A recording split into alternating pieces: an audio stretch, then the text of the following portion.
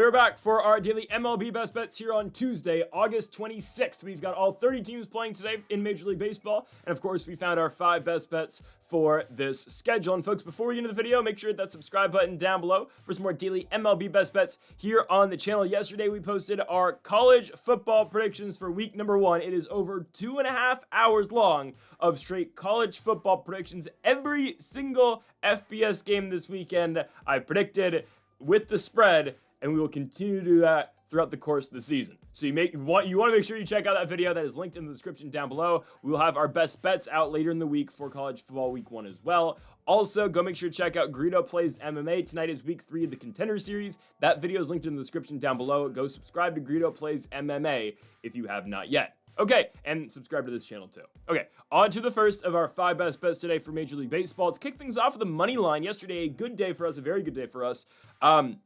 Looking to build upon that, we're going back to the traditional 2 money lines, player prop nationals, and nerfy. So the first bet is a money line. I think this is a really easy play here on the Atlanta Braves. I think everything to me screams Atlanta in this spot. Hurston Waldrop's been insane for the Braves this season. Now, he's only made, I think, like 4 or 5 starts. But what has he done recently? Okay, in the month of August, and well, that's the only month he's pitched so far this year, 0.73 ERA in the month for Hurston Waldrop. And that's obviously the entire season for him.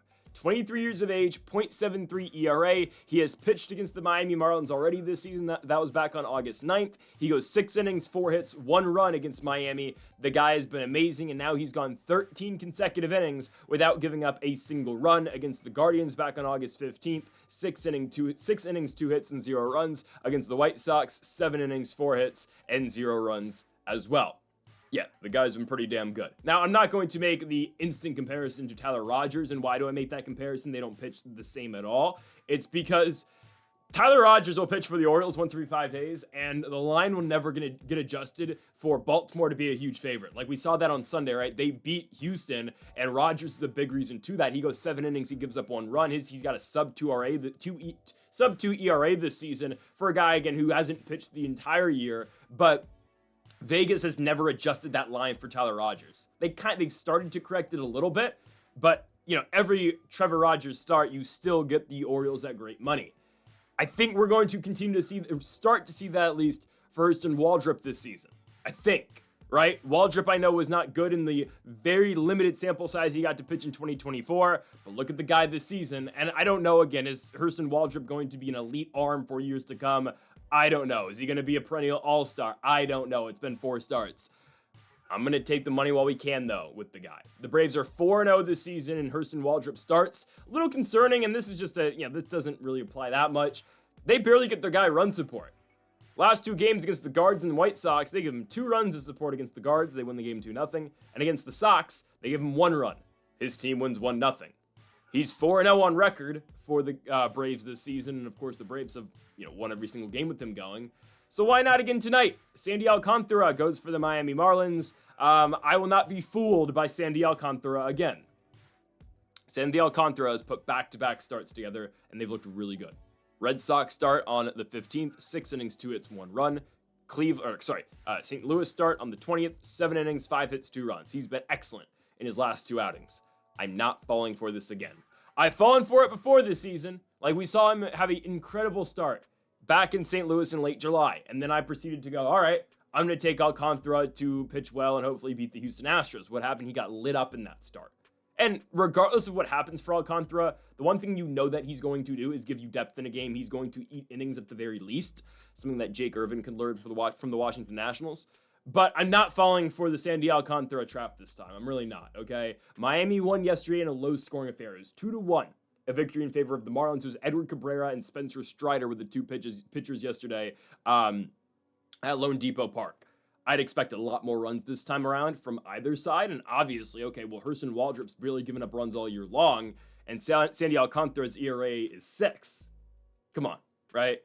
I know the Braves lineup, right, absolutely did not come through yesterday. I think that will correct itself a little bit today. And, that's just what Edward Cabrera is going to do some nights. Cabrera will have very elite days. He will. 10 strikeouts yesterday, right? The Braves did not score until Cabrera was out of the game. It was a Drake Baldwin home run in the top of the 9th inning. But I do believe Atlanta's in a spot where they're going to win this game. Jerkson Profar has been hitting better as of late. Matt Olson, it's a mixed bag sometimes. Acuna, obviously an elite player and an elite bat in the sport. Michael Harris has been hitting the ball really well in the month of August. Drake Baldwin obviously has been hot this entire rookie campaign for him. There's enough guys that can get things done today for Atlanta. And I know the Marlins lineup, they're a scrappy bunch. They're an annoying bunch when you're betting against them because, oh, here comes, I don't know, Otto Lopez to the plate and he knocks in, 3 runs. Here comes Marcy, Jacob Marcy, who just got called up like a couple weeks ago. He's been killing the baseball so far, right? About a month ago now, right? They have a bunch of guys that you're not all that familiar with, but you watch them play and they're impressive, sure. I mean, they're starting a guy, the third baseman yesterday went yard, Maximo Acosta. Who is Maximo Acosta? He's hit 3 home runs and, he's hit 3 solo home runs in his first 5 games played? That's crazy, but he bats 167. He's got 3 hits all year, they're all home runs. Exactly. Where do they find these guys? I don't know. Regardless, give me the Atlanta Braves here. I just don't think the Marlins are able to hit off of Hurston Waldrep. I think Waldrep has a good night. I think the Braves lineup gets back on track against Sandy Alcantara, who has struggled throughout the season. Give me Atlanta money line, -120.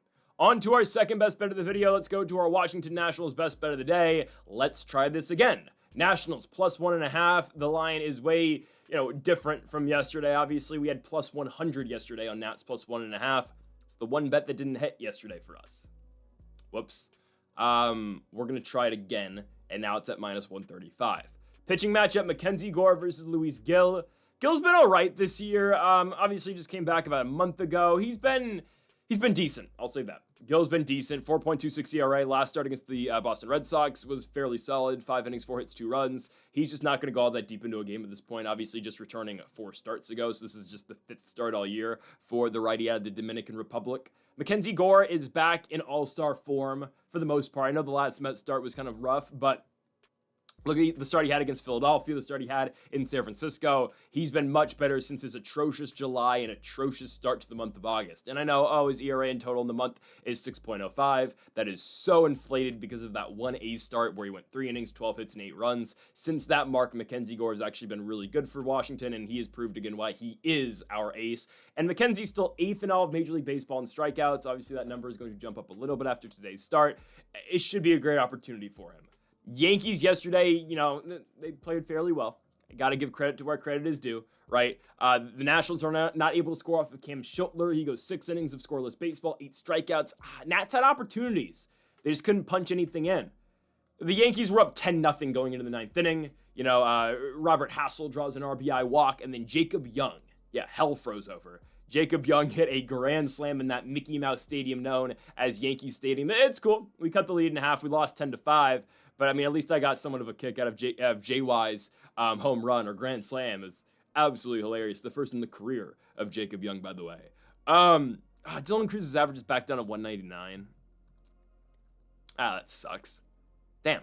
Back-to-back hitless days for Cruz. He'll be back today. Dylan Cruz will get a hit. Don't worry. Nats just got off to a rough start. Brad Lord gives up a run in the first inning. We were lucky, actually. We got out of that first with only giving up 1, and then Ben Rice homered, and then Jazz Chisholm, pimped a home run all the way out to right field, and then Jason Dominguez hit a 3-run home run that went 350 feet. That's just what happens at Yankee Stadium. It is what it is. I think we're going to be much better today, right? Mackenzie Gore going for the Nats, Luis Gil going for New York, right? And Mackenzie's our best guy, right? He's our best guy. Pitching in this, crappy little ballpark, I get it. Short porches everywhere. It's easy to hit home runs everywhere except for straightaway center field at Yankee Stadium. I think we're going to be all right. There's a lot of matchups I like for Gore against the Yankees. So we're going to get a lefty-lefty matchup, obviously, with Trent Grisham, right? You get a guy like Ben Rice, who if he's in the lineup, which he probably will be, that's a lefty-lefty spot. Probably going to see Ahmed Rosario, our old pal, starting today. Not too moved. Cody Bellinger's a lefty-lefty matchup. Jazz Chisholm's a lefty-lefty matchup. Ryan McMahon, I know they'll platoon a little bit there, but, there's a lot of favorable matchups for Mackenzie. There really are. And, I know we're not going to get the sweep. I think the Nationals are still going to win the series against the Yankees. All right, hear me out, okay? We thought they were going to sweep. It's okay. They can still take 2 of 3, all right? And it starts tonight with Mackenzie Gore, our ace and our all-star on the mound, Mackenzie Gore. So many favorable matchups for Mackenzie. Trent Grisham, Jazz Chisholm. There's going to be no pimp job of a home run 300-something feet today for Jazz Chisholm. Nah. Mackenzie Gore is going to set him down on strikes multiple times. Cody Bellinger, horrible matchup. Mackenzie Gore dominates that. Oh, we're going to see our old pal, Ahmed Rosario. I'm not concerned. Okay, we're going to win this game. All right, Nats, we've got momentum building now, right? Look at that 9th inning. The JY Grand Slam, that's all I need to see. Hey, that's all we need. We've got full momentum going into this game, and then we're going to win tonight, and then we're going to parlay that into a victory on Wednesday as well, because it's Cade Cavalli bump day. They got Max Fried. Oh, we got Cade Cavalli. You think Fried's great? Just wait till you see the former Oklahoma product in Cade Cavalli, who has dominated in his return to the bigs this season. Sub-3 ERA in his first 4 starts. He's been electric for the Washington Nationals, okay? Yesterday was a fluke. The Nats, we will be fine, all right? Just ignore the fact we're 25 games under 500 and we're, I'm saying we're going to win a series against a playoff team. Nah, forget about that. We are still winning the series in the Bronx, and it starts tonight with Mackenzie Gore. Our ace is going to go on the bump and dominate the Yankees. James Wood's due for a Mickey Mouse home run tonight, all right? And so is Dylan Cruz, who, by the way, hit his first ever career home run against the Yankees. It was in D.C., but still, all right? Cruz and Wood are both due tonight, and it's bound to happen, all right? Nats are taking this one tonight. But the best bet, obviously, is Nats plus 1.5, okay? It's a way better bet, and if we're a run off, we still win. Give me Nats run line tonight, plus 1.5. Our third best bet of the video is our Nerfy today. Yesterday we had on the Nerfy over in Sacramento with the Athletics and the Detroit Tigers. A very interesting game that ended up playing out over there. I'll get to that in a second, though, because we have a bet for that later on. Our Nerfy today is going to be in Houston, Texas, as we have got the Colorado Rockies versus the Houston Astros. So, like yesterday's game, we were very confident in the fact that we thought Tarek Skubal was going to go out and get 3 outs against the A's. That happened. It got scary in the top half of the first inning. Boy, it definitely did. Runners on first and second for Detroit, 2 outs. We get out the jam. Great. Okay, so we obviously hit the Nerfy yesterday. Today, it's the same exact deal. Okay, we know Hunter Brown's getting 3 outs. We know. Because the Rockies, when they played in Pittsburgh, and sure, they had to see Paul Skeens in one of those games, but Colorado goes to Pittsburgh, and they score 1 run in 27 innings. Yikes. For reference, they scored 17 runs in 1 game against the Pirates back in Colorado. That's neither here or there, though. They scored 30 combined in 3 games in the first series that they played against Pittsburgh. It's just different when you take that team out of elevation, right? It's just a different baseball game. Okay. We know the Rockies aren't scoring on Hunter Brown, okay? I'll be damned if they score 1 run in 27 innings and they go face an elite pitcher who's an all-star, who's having a career best year, who will get some, like 3rd or 4th place Cy Young votes in the American League. Probably he'll get some 2nd place votes. I'll be damned if they score off of Hunter Brown, a guy who's coming off of a 6-inning performance against the Detroit Tigers where he allowed 5 hits and 0 runs. His team lost that game, but still. Hunter Brown has been great all season long. His ERA in the month of August is 1.44, and that's against 2 games against the Red Sox, 1 in New York, and the other against the Detroit Tigers. Yeah, Hunter Brown's been that good, and now he gets to actually face a bad lineup in the Colorado Rockies. Likely we'll see, Tyler Freeman, Mickey Moniak, Hunter Goodman, and Jordan Beck. 1, 2, 3, 4. Not concerned. Okay, this is where I am a little bit concerned. But, as I always say with these, and we said this last night, we know Tarek Skubal is getting 3 outs. That is as surefire of a thing as we can get. That's a lock. What we're concerned about is the other side. But when you break it down, and we'll apply that to this game as well, we know Hunter Brown's getting 3 outs in the top half of the first inning, okay? We just got to survive the bottom half of the first. So we get minus 125 odds, especially, when you break it down, you basically get minus 125 odds for Tanner Gordon to go out there and get 3 outs. Let's cross our fingers a little bit. I think he can. Now, Tanner Gordon's ERA, the pitcher from Urbana-Champaign, Illinois, the home of the Fighting Illini, he's got a 7.11 ERA. But this guy just went 6 innings and 4 hits and 1 run against the Los Angeles Dodgers in Colorado. Start before that against the D-backs, it's serviceable. 5 innings, 5 hits, 3 runs. Now, the concerning part, though, so that's great and all, right? The concerning part. The first 2 starts in the month of August for Tanner Gordon. Blue Jays, 2 2/3 innings, 11 hits, 7 runs. His team lost that game 15-1. At Chase Field in Arizona, 4 2/3 innings, 12 hits, 10 runs.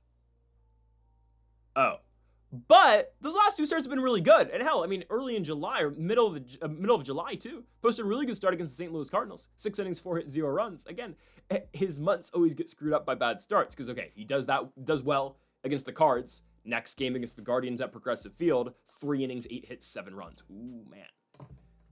Definition of a mixed bag, okay? So we just need 1 inning out of you tonight, pal. Okay, that's all we need, Tanner Gordon. So again, like, back-to-back really good starts against the D-backs and the Dodgers, but he's still got an ERA of 10 plus in the month because of the 2 blow-up starts.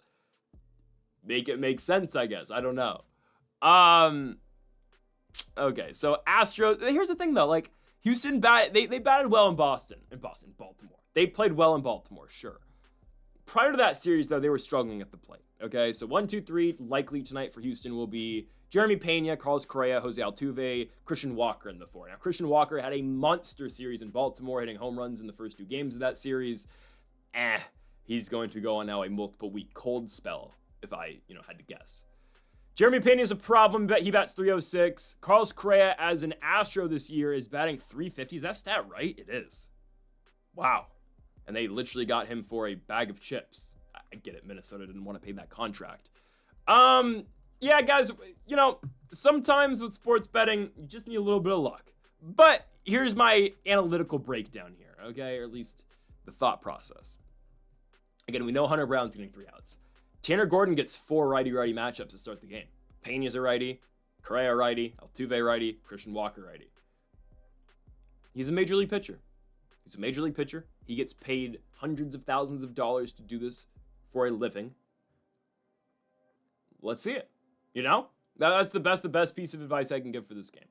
And again, it's just at the end of the day, it's minus 125 odds for Tanner Gordon to get 3 outs. We would all take that for one guy to get 3 outs, right? Especially against the Houston lineup that has struggled at times this season. Look at the Sunday game, and I get it. Tanner Gordon is no Trevor Rogers. Trevor Rogers goes 7 innings and gives up 1 run in that entire game. Right? Houston had multiple bases loaded opportunities and could not convert, okay? We just need Tanner Gordon to lock in for 1 inning, and again, he was so good in that Dodgers start, shut down that lineup, gave up 1 run in 6 innings against Los Angeles, and that was a 6th inning home run, a solo shot by Teoscar Hernandez, which at that point, the Dodgers were already down 5-0, okay? Tanner Gordon just come through tonight for us at Minute Maid Park, get us 3 outs, of course, with Hunter Brown getting the other 3 as well. On to our 4th best bet of the video. Let's move now to our second money line of the day. Minus 140. Again, we don't love playing minus 140, even though I am looking at minus 140. Even though I am looking at the latest odds, and I'm seeing minus 135 now at about 1:30 in the morning. So maybe the lines come down a little bit. Taking the Chicago Cubs to beat the San Francisco Giants. I mean, we're fading Unk, obviously. Justin Verlander is pitching for the San Francisco Giants. That means we fade. Okay, Unk had a horrible last start in San Diego. Now, we had Unk to go over his strikeouts, and he did just that. I feel like we talk about Justin Verlander every single week. And I swear, like, I'm not like a JV fan. I mean, I wouldn't be, obviously, because I go out the guy almost every single week. I respect him. I legitimately respect the guy. But, yeah, I feel like we always have a bet for Justin Verlander games. Well, we've won a lot on Justin Verlander starts this season. We just have. Shout out to when he got blown up against the Nationals. We had Nats plus money at Oracle Park. That was great. Okay, here's the thing with Justin Verlander, guys. He has been the winning pitcher on record once all year for the Giants. And how many games in total have the Giants won with Verlander pitching? 5? And how many starts has this guy had? Like 20? They just don't win with JV on the bump, guys. And this is a horrible stat, but it's true. Justin Verlander, in his last 12 starts, the Giants have been victorious once. Even in the start where he went 7 innings, allowed 2 hits and 0 runs against the Tampa Bay Rays, his team still lost the game 2-1. The only game in his last 12 starts the Giants have won was against the Atlanta Braves in Atlanta, that miracle start that JV had. It's the only win he's got on his record this year. He's 1-10 with a 4.64 ERA. Again, has Verlander been that horrible? No. He's better than some Rockies pitchers, even though if he pitched at elevation every game, he'd probably have a crappy ERA like them.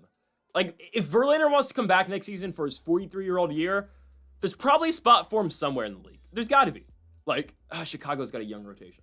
But there will be a spot somewhere. Like, I think legitimately, if JV wants to take a pay cut and play for the Nationals, that's going to be there for him at the end of the year. Like, if the Nats can't find their free agent pitcher, if we whiff out on Zach Gallen, we don't get Ranger Suarez, we don't get Dylan Cease, and we don't get Max Scherzer, if that's like, the last option, let's just bring in Justin Verlander. I'd kind of hate it, but at the same time, it would be hilarious probably to have like a Justin Verlander Nationals bobblehead up there with all of my, childhood favorites, plus the World Series team and whatnot. Anyways, like I can put my Justin Verlander bobblehead right next to my, I don't know, Gio Gonzalez bobblehead, right? Like Tanner Roark bobblehead. They're all up there, by the way. Anyways, JV's not winning tonight, though. That's the point I'm trying to get to. Verlander's not beating the Cubs. And Matt Boyd's going for Chicago. Matt Boyd has been really good for the Cubs. Now, they don't really win with Boyd on the mound, not going to lie. They won his last start, though. Against the Brewers, 5 1/3 innings, 6 hits, 4 runs. They still won. Got him run support. They won 6-4. They were up big early. Boyd gave up a couple runs late in his start, is what I mean there. But the Cubs, that was the Owen Casey first home run, right? Owen Casey, whatever. Boyd, again, as a whole this season has been good, though. 2.61 ERA, just never gets run support. At least recently he hasn't. I'm fine with this, guys. The Giants don't hit. And, they took games off the Brewers. They won a series in Milwaukee. Elliot Ramos had the, go-ahead hit in the 9th inning over Trevor McGill. Oh, he did? Yeah, that's great. When have the Giants ever been able to put together momentum in the season? I'll wait. They don't. Okay? They return home. They play worse at Oracle Park than they do on the road. I'm so serious. I don't know if that's a legitimate stat, but I just feel like they play way worse. They do. Okay, yes. They have a way worse record at home than they do on the road. Okay, way worse, a little bit of an over-exaggeration. But they have a worse record at home than they do on the road. For some reason, they don't play well in San Francisco, and I think this is why. They don't hit the ball as it is, and they can't hit home runs in their own park because it's the biggest pitcher's park in the world, right? You take on now Matt Boyd, who's going to keep you in the ballpark. He's going to be effective, and you get Justin Verlander against this Cubs lineup. I get it. The Cubs, they've been shaky. Sometimes they'll look great, and sometimes they'll, be horrible. But there's too many guys in the Cubs lineup tonight to not dominate Justin Verlander. The Cubs are coming off a 3-game sweep in Anaheim against the Angels, right? And you're just telling me the names in this lineup can't get to JV. Kyle Tucker, Seiya Suzuki, PCA, Carson Kelly, Dansby Swanson. Okay. I don't know why I mentioned Dansby Swanson. He's not even the best athlete in his household. Anyway, that's not. Anyways, like there's no shame in that actually. Like I don't know anything about women's soccer. I'm pretty sure his wife's like top 5 in the world. I think I could be wrong. I have no idea. Anyways, like I don't know anything about women's soccer. Soccer in general, actually. Here's the thing, though, right? Like Verlander's not going to dominate. Verlander's going to get dominated here. He's not going to have any success against the Cubs in San Francisco. Matt Boyd's going. That means the Giants aren't scoring, and we love going. We love feeding the Giants against the left-handed arm. Look how much success Mackenzie Gore had against San Francisco. There's so many good lefty bats. Devers, Jung Ho Lee, Dominic Smith. I wouldn't call them great lefty bats, but, well, Devers is. But, like, they struggle lefty-lefty. And the righties don't hit the ball in general, right? Give me Cubs money line. This is the easiest bet of the day. -140 / -135. Give me Chicago. On to our final bet of the day. Let's go to our best player prop. So we are going to Sacramento. Full transparency, I was thinking about going Tigers money line today as well, but I'd rather go Cubs. But like, yeah, I might play Tigers as well. A big reason of that legitimately is Charlie Morton. Yeah, Unk's been good, man. Unk's been really good as of late.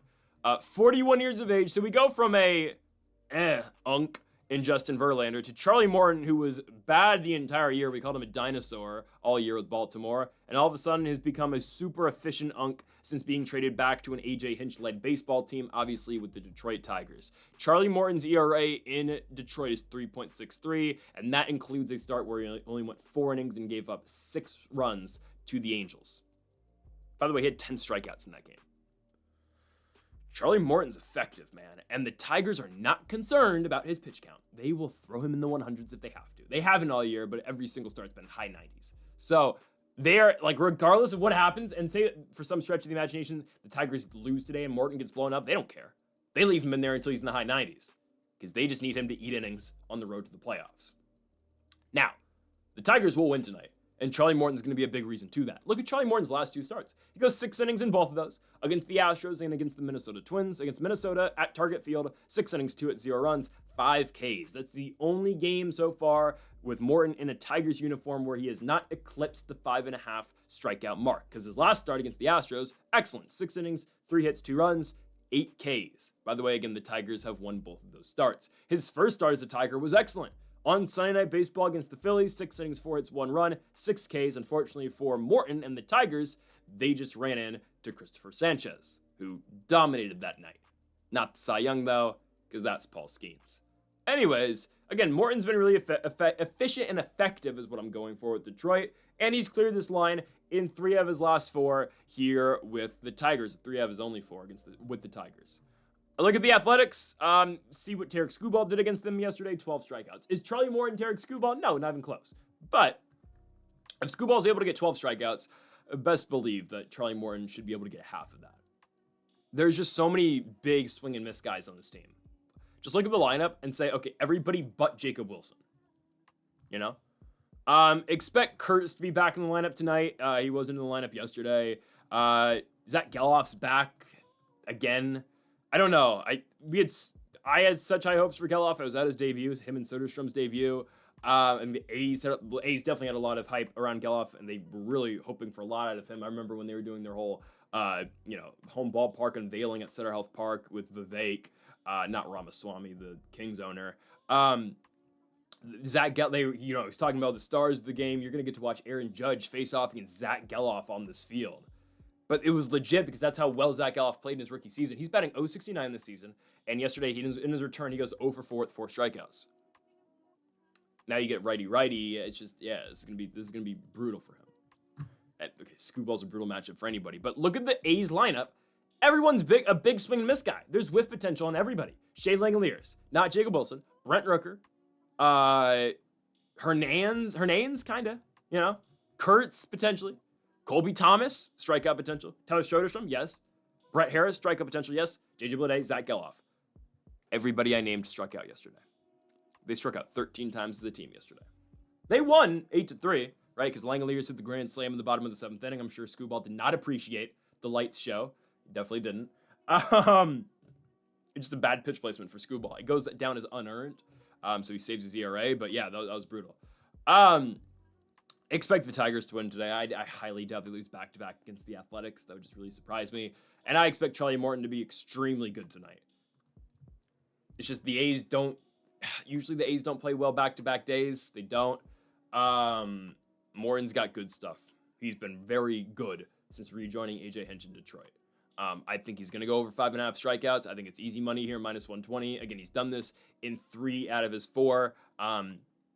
With Detroit. And if you look at that Twins game, Minnesota is just really aggressive in that game. They are hunting pitches early, trying to put the ball in play at any means necessary. And Morton walks 3 guys in that start as well against Minnesota. That's somewhat of an outlier. And again, the low strikeout number against Minnesota is an outlier as well. Expect Unk to come through for us. 41-year-old Charlie Morton will get over 5.5 Ks, and I would expect the Detroit Tigers to win the game as well in Sacramento. So folks, thank y'all for watching our MLB Best Bets here on August 26th. If you haven't yet though, make sure to hit that subscribe button down below for more. Make sure to leave a like if you did enjoy the video. Make sure to comment if you do disagree with any of the picks. Folks, thank y'all for watching, and Mamba forever.